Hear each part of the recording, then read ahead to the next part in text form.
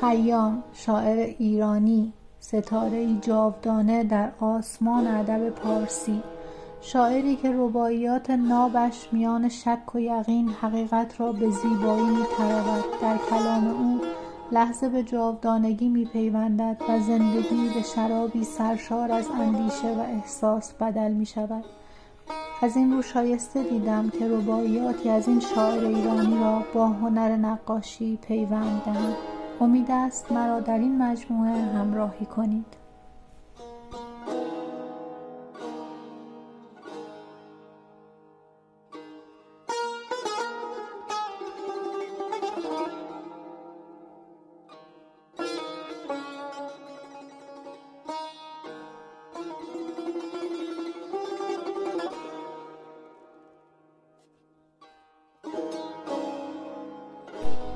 در گوش دلم گفت فلک پنهانی، حکمی که قضا بود ز من می‌دانی. در گردش خویش اگر مرا دست بدی، خود را برهاندمی ز سرگردانی.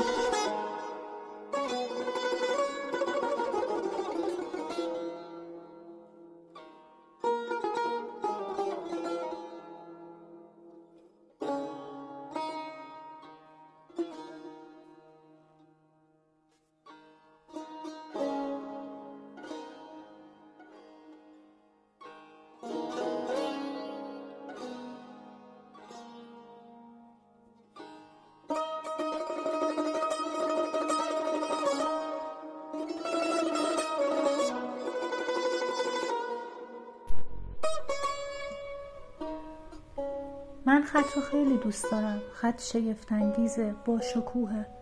حالا نه فقط خط نوشتاری، بلکه هر خطی که فرم ایجاد کنه. خط حرف برای گفتن داره، انتقال حس و مفهوم انجام میده و زبان بی صدای کسانیه که پای بوم نقاشی یا روبروی صفحه کاغذ بی ادعا نشستن و حرفاشون رو با خطوط شکل میدن. شاید برای همینه که هنرمندا آدمای آرومی هستن، چون یاد گرفتن بی صدا و خاموش با ابزارهای مثل خط و رنگ عبادت و نیایش کنن. یک نیایش عمیق درونی که تصویر میشه و میشه دیدش.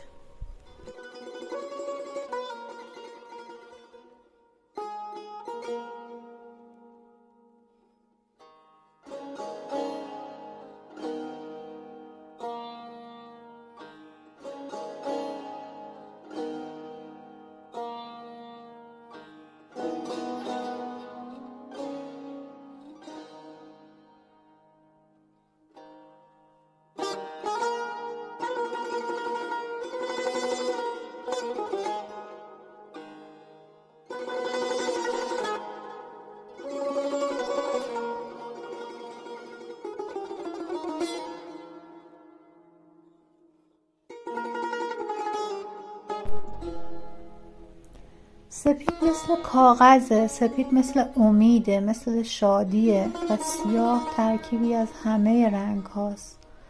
غنی، پر عمق و سرشار از معرفت و آگاهیه. سیاه دست قدرتمند خطوطه که شادی ها و امیدها رو به راه های متفاوت زندگی رهنمون میکنه و اونها رو به تعالی میرسونه.